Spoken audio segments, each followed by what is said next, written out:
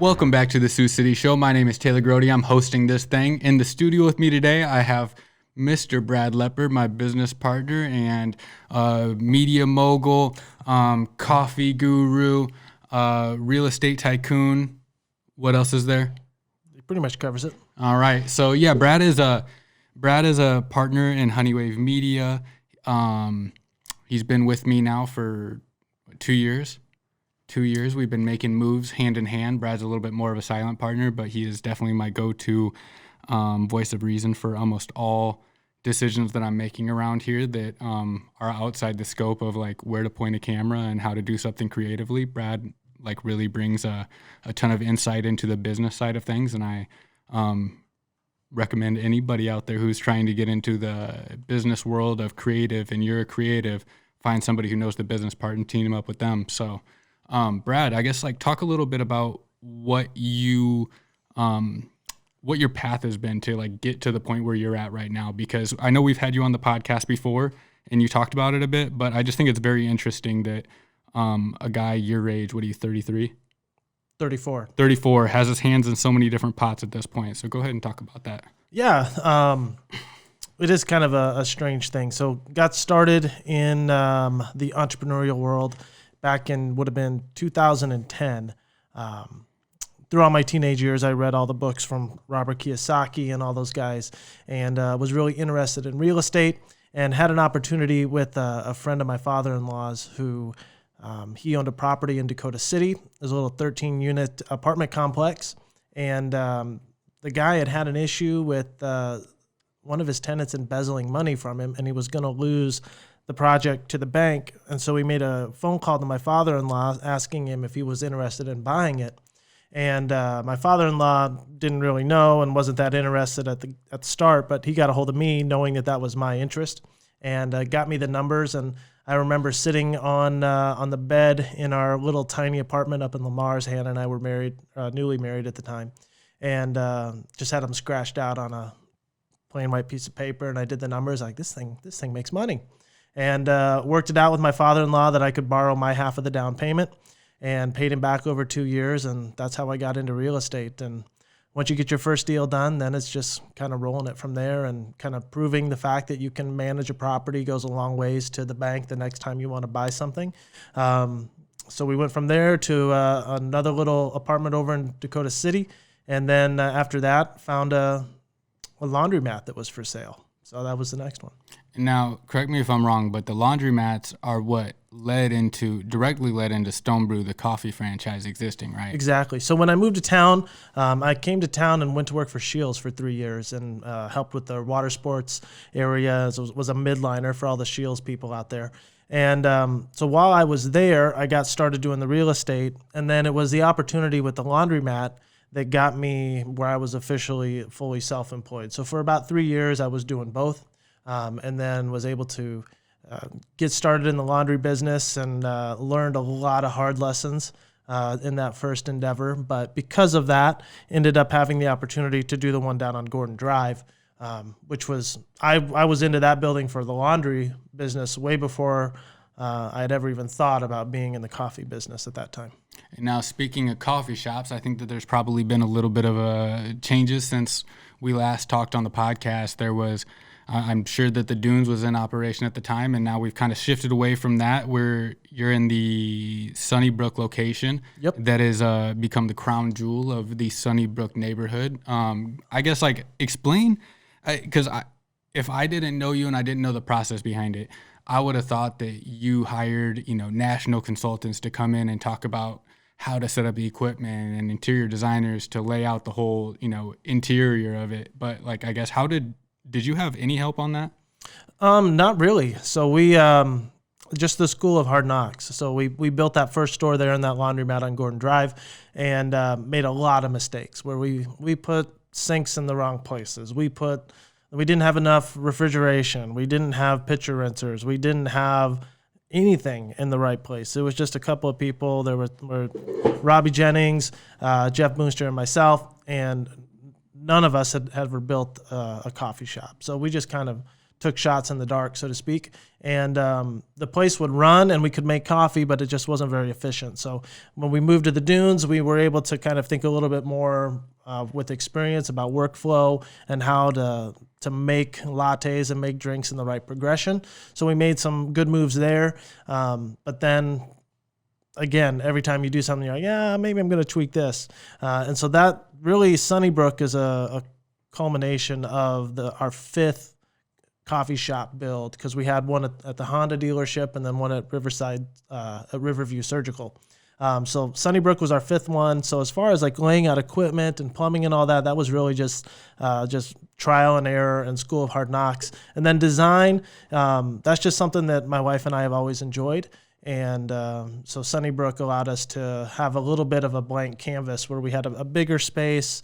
We were starting from a white box or a vanilla box, and we're able to decide, well, this is the flooring that we want. This is what we want the walls to look like. This is how we're going to lay out the space. Where up until that point, we've been pretty restricted on what we could do.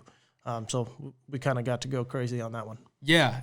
And I think that it's super impressive to be able to walk in there. And I know that this probably wasn't your number one consideration when you were doing it, but I think that there's such an advantage to laying out a store that's Instagram ready. Absolutely. Like the amount of free marketing that you guys probably get. If somebody's listening to this right now, open up the location tag for Sunnybrook or Stone Bru Sunnybrook Drive on Instagram and see how many posts are on there of people just wanting to show off that they're even in the space, and how much free money and marketing that gives you to just showing off what you guys have done. And I mean, not only is it cool for you guys to get all that free marketing done, but I think it's also a huge benefit for the city of Sioux City to have that be the expectation and that be where the bar is set for what a new store coming into town looks like. Yeah, I mean, we're proud of what we built down there, and it definitely kind of has a unique look and feel.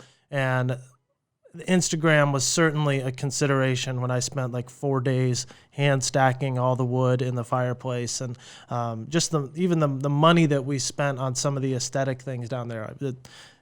That fireplace probably wasn't the most efficient thing from just a pure cash investment. But when you look at the return that it makes over, number one, the feel that it gives you when you're sitting in that space, and number two, the opportunity to take pictures and to get those posted onto social media, that really pays off. And the same thing goes for the moss wall and the neon sign. Those are all just things that they're a little bit out there, maybe not the most practical, but people don't want to take pictures of practical. People don't want to be seen, oh, well, this is just another place. People want to have something cool and unique that they're showing their friends, and so hopefully they find Stone Bru that type of a place. Yeah, and I think that has been the case. I mean, everybody, even people I know who don't know that I'm associated with you, will tell me like, oh, have you been into Stone Bru? It's amazing. They have the coolest looking spot. It's so cozy, and especially around Christmas time, you guys had the big Christmas tree in there. You have the fireplace going all the time. It's a really hard vibe to beat. Yeah. And do you want to unveil the new project that we're working on? Yeah, I think so. I mean, it's pretty exciting news. We're working on we bought the old Stultz Plumbing building, which is over at 101 West 3rd. So if you're at Hard Rock, or if you're at the Battery Park and you're looking at the stage by the Hard Rock, this building is kind of up to your right. It's got it's got a brick front to it. And then the back part of the building is kind of some brown and red steel. So it's been for sale for a while, and we're pretty excited that we're going to get going on that project, and we're going to be working on that one together. Yeah, and it's a lot of space. It's like 11,000 square feet. It's big. 11,000 square feet, and it's a huge upgrade just in terms of practicality of the space for both of us, for Stone Bru and Honeywave Media. Honeywave Media is going to be on the top floor, and we're going from. Right now, we probably have, are those 7-foot ceilings maybe? Yeah. 7-foot ceilings right now to 20-foot ceilings to 15-foot ceilings in that area. So it's going to be a huge advantage for me. I already shot one music video in there, and it's nothing but good things coming, I guess. Yeah, that's a really cool space. The whole main floor is where we're going to set up for Stone Bru. So one of the new things for Stone Bru as a company is we've started distributing. So virtually all of the products in Stone Bru we're actually a distributor for. So we've been working with some coffee shops. We've been working with Briarcliff here in town. So we're supplying them and kind of consulting with them with their cafe operations, and then also providing them with our Stone Bru roasted coffee. And then we're working with a new shop up in Cherokee. It's called 59 Grind. So any of those people up in Cherokee, check that place out. But that is going to be a big part of Stone Bru's growth going forward, is going to be actually roasting and distributing products and consulting with helping people start their own coffee shops outside of Sioux City. That's an interesting question. So do you have any ambition to, say, have Stone Bru on every corner in Sioux Falls, South Dakota? Is that what you envision for the company moving into the future, or staying a Sioux City thing? Yeah, really, the whole concept for Stone Bru has morphed tremendously from the day we started it till now. When we built Stone Bru, we thought it was just going to be this little drive-through coffee shop on Stone Avenue. And then the Dunes came along, and we're like, oh, well, maybe we're going to build out stores all over the place. But I think through the process of managing, I think we had the 4 stores all running at one time. That's very difficult when it comes to labor, when it comes to managing people, hiring, maintaining quality. So I think we decided that we don't really want to look to grow this giant infrastructure so that we can build stores all over the place, that we really want to focus on having the highest quality cafe that we can here in Sioux City, a place that we can bring in people and show them the quality of the coffee that we roast, and then be able to help other people build coffee shops. So if somebody is in a particular market that we're not in, which is everywhere but Sioux City basically, that we can come alongside and help them with not only like their branding and the names and those types of things, but also, what POS systems that we've tried in the past and what works, how to set up a cafe, all the things that we learned through the last 5 or 6 years, we're able to hopefully come alongside and consult with these folks and maybe help them not make the same mistakes that we did and get a little bit of a leg up. If your experience is at all in the coffee industry, what mine has been in the video industry, you're going to be met with a lot of, oh, well, I'm going to do it anyway. Because that's me. Like, people will be like, I'm going to buy this. And I say, don't buy that. I paid $2,000 for that equipment 5 years ago. I've used it 3 times. Well, I'm going to buy it anyway. And I have that same philosophy with like Starbucks. Everybody in the third wave coffee business likes to kind of talk crap about Starbucks. But every time that I argue with what they do, they tend to prove me wrong. They have a very well-refined business system and product. And besides, I guess, a subjective difference of opinion on what coffee should taste like, as far as Starbucks is much more of a dark roasted coffee, where we're more of a medium to light roasted coffee. Besides that, we've certainly learned a lot from just watching how they do business. Yeah. And I guess they were the first thought that came to my head when you were talking about opening multiple stores and how hard it is to manage that type of infrastructure, and just even creating a layered hierarchy of employees, having to create, who are my middle managers, who's my right-hand man, who's the person that's going to be, the overseer of the store. And that's just a nightmare that I don't think that the average person wants to get into, because more money, more problems, more employees, even more problems. That should be some sort of saying that comes up, because everybody thinks that your problems are going to be alleviated by hiring employees, and creates its own set of headaches. Experience goes a long ways in understanding some of the headaches that you just don't want to deal with. One of them was I had a partner bring a deal to me a few years ago that I think there were like 6 or 7 GMC stores. Not GMC. Is that what I'm talking about? What's the vitamin company? Is that right? Oh, GNC. GNC. Yeah. GMC is a pickup. Yeah. So anyway, GNC stores for sale, and seemed like a really good deal. The ROI that it showed was going to be strong, but just knowing what I knew about managing our stores, small retail locations. Yeah, and I'm just like, so we're going to try and manage 6 or 7 vitamin shops all over the region. That's not going to work in the industry. Right. Yeah, and retail is retail for the most part, but just knowing that you're going to have this many stores, that you're going to have to try and hire and train managers, and then try and keep an eye on loss prevention and making sure that customer service is there, and that's a nightmare. And so we passed on it, thank goodness. Besides the fact what's going on in that world, but just that would have been a headache like crazy. Yeah. I don't think that anybody who made a strong brick and mortar retail investment prior to 2020 is They're not doing so loving good. that right now. Yeah. Not so much. Yeah, especially, I mean, there's plenty of people in Sioux City who opened a new restaurant in 2019. Moment of silence for all those people. So. Yeah, it's been a challenging year. I mean, there's going to be, I think, some pent up demand going into 21. I think once people do feel safe going out and getting back to life as normal, they're going to want to do that.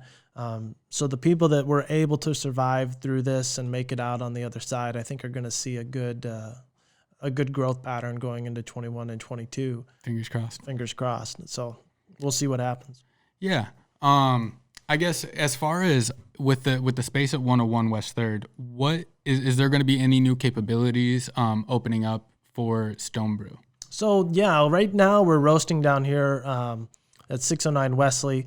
And we're not open to the public just because we're kind of in the back of, we're right behind Hope Springs Church, and it's a warehouse area that's not really set up for the general public to come into. So with this space over there at 101, we're going to have a storefront where people can actually come in and see us roasting. They'll be able to talk to Nick. They'll be able to, hopefully we'll be able to have like cupping sessions. We're going to take a lot of the items that are in the bar that we're out at the dunes as far as the equipment and coffee making equipment and bring that into that space.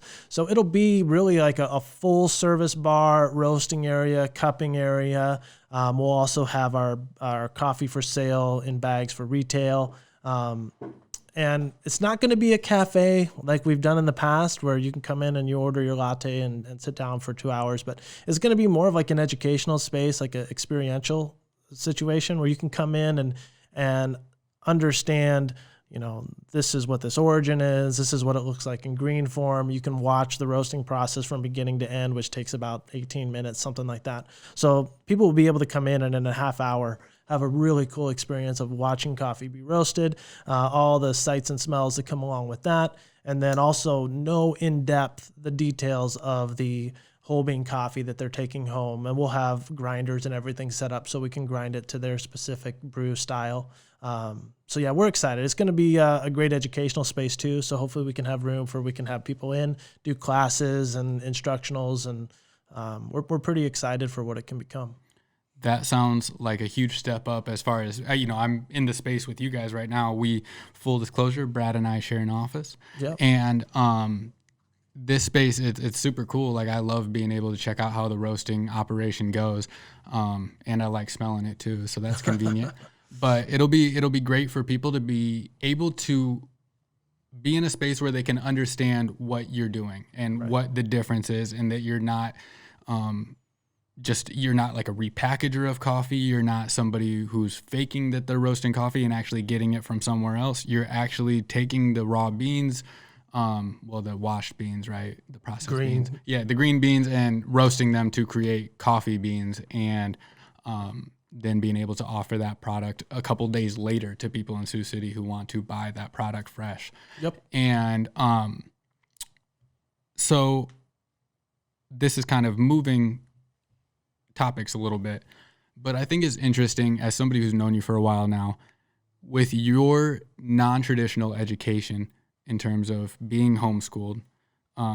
Here, I won't give you your nerd alert. I won't lay out your CV for you, but I guess, can you talk about? Don't make people feel uncomfortable that I got a GED and they didn't. Yeah, Brad likes to flex on us every once in a while as the only person in the office with a GED. That's right. You know, comes in every morning, slaps it up on the wall like it's the first time we've seen it. Every day we have to go, oh, Brad, that's the greatest thing we've ever seen. It gets exhausting for everybody up here. But now, Brad, Mr. Dr. GED over here, going from like being homeschooled, not actually, you know, not going to college, to being very much self-educated in terms of through books and different resources that you found along the way. I guess, what is your advice to somebody who is maybe in the same educational situation, but not just that? Like, I was a kid in high school who I felt like none of that applied to me, and that I just wanted to learn everything on my own. I was a passionate learner who I really felt like I was wasting my time all the way through school. I have a college degree, and I never felt like it was worth my time to be there. And I learned 10 times more outside of college than I actually learned in a classroom. So what would your advice to somebody be who maybe wants to follow the same route that you did? I think I might have said it on the last podcast, but it's not good enough to be at the right place at the right time. You got to be the right person at the right place at the right time, and that comes along. And how you become that person is with sharpening your skills and learning as much as you can about the thing that you're passionate about. So when that moment comes along, you're ready. I hated school. I enjoyed the social aspect of school growing up, but I didn't really like the actual schoolwork unless it was history. I loved history. So I like to, I was the kid, I was like 12 years old, and I was reading super thick books on D-Day and all kinds of crazy World War II history. But you could not get me to diagram a sentence if your life depended on it. So that was me as a kid all the way up through, luckily for me, I was able to do consumer math in my homeschool high school. And I did a little bit of algebra, but I never took any of the advanced mathematics classes or anything. So, and I think that was kind of a blessing because I didn't spend a lot of time on things that I'm not using in my day to day. So for one thing I would tell somebody is if you're not good at those things, that's okay. That doesn't mean that it's going to limit your potential in life. There are very few fields that will use trigonometry and calculus on a daily basis. But if you can negotiate, if you can read people, if you can communicate, if you can sell, if you can find common ground with other people around you, those are really the things that you can build a career on, and you can do a lot of different things with those tools. People always say, it's not what you know, but it's who you know. But it's not really who you know, it's how those people perceive you, how you can affect the situation that you're in, how you can understand the wants and needs of the people who are around you. There's a lot that goes into when you meet somebody. It's not just the handshake. A lot of people get freaked out. Well, now with Corona, it's completely different now. Oh, dude, as a guy with chronically sweaty hands, coronavirus would give me a real layup on handshakes. It's a big win. Yeah. But a lot of guys would talk about, you can tell a lot by somebody's handshake. But I think you can see a whole lot more in somebody's eyes. Where when you look in somebody's eyes, you can tell if they're understanding what you're saying, if they're listening to you, or if they're just setting themselves up for the next thing they want to say. You can tell a lot about a person by what they talk about and how they talk about it. So there's a lot that goes into when you're meeting with potential clients or business partners. If you're genuine, if you're authentic, and you're actually passionate about the thing that you're talking about, I think that goes a really long ways. So yeah, those are things that you don't have to be a rocket scientist to do. Those are just things that you should spend your time learning. You should spend your time, I spend a lot of time listening to podcasts, listening to books. And those are all things that just sharpen your intellect and your ability to meet people, find common ground, and hopefully start a good conversation. Yeah. I was just listening to David Goggins' podcast the other day. I'm sorry, it wasn't a podcast. It was actually his book on Audible. And he said, just a quick throwaway line that he had was, if you're not progressing every day, you're getting worse. And I was, instantly I was like, yeah, that kind of has, filled into my overall worldview and my view on business and stuff in general is that, we're both up here every day figuring out new different ways to go down and whatnot. And, not trying to limit ourselves to one specific source of revenue or one idea of what Honeywave Media or Stone Bru is. And I think that's really important.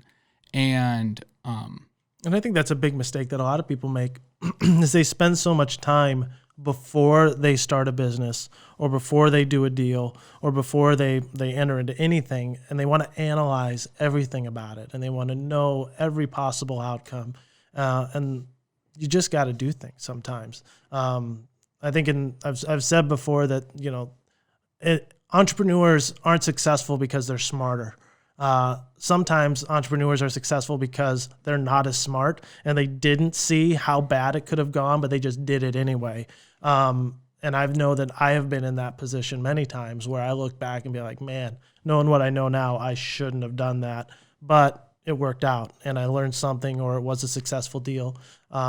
just doing things is huge, and not being locked in to this is how this is going to go. And if anything else comes along, I'm not going to look at it. Kind of like being option blind. One of my favorite authors is Nassim Taleb, and he talks about optionality and being able to see options and setting yourself up to be able to kind of, this is your path, but if something else comes along, have the ability to change course and take advantage of that. He talks about somebody goes out to their garden to pick tomatoes, and they see $100 bill on the ground.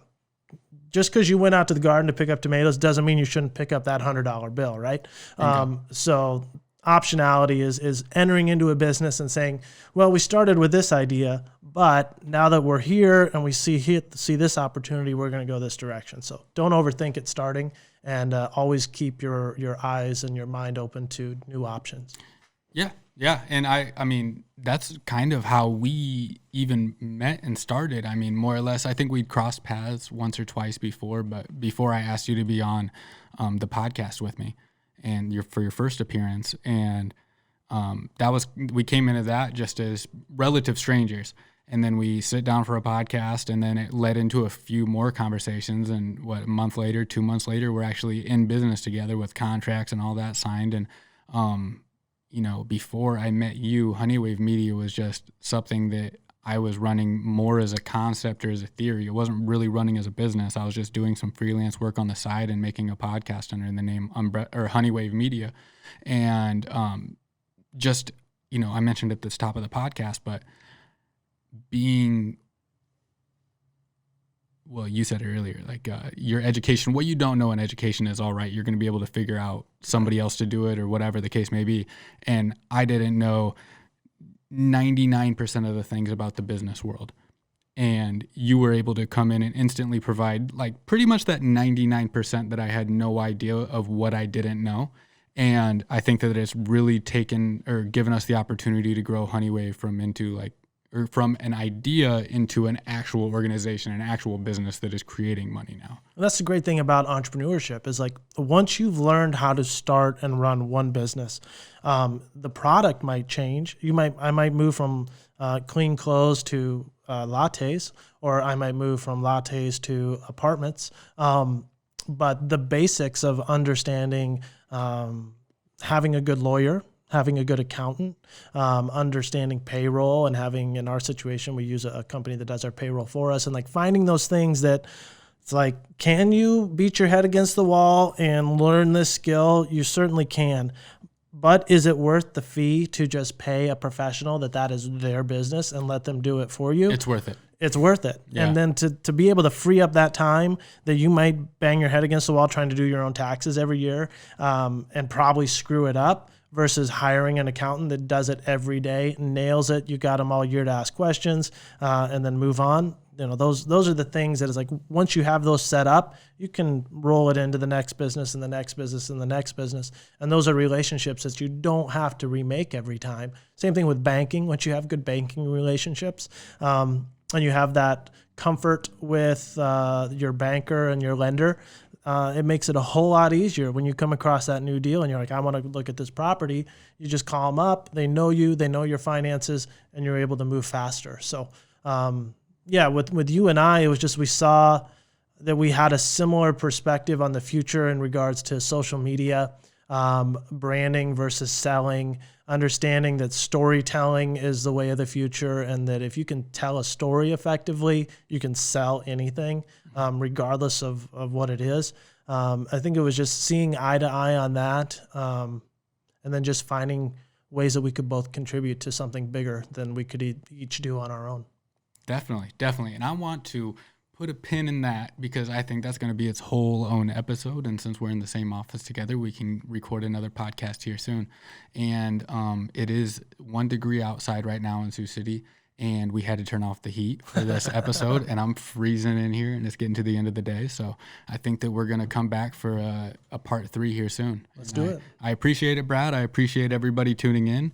And until next time, this is the Sioux City Show. Thanks.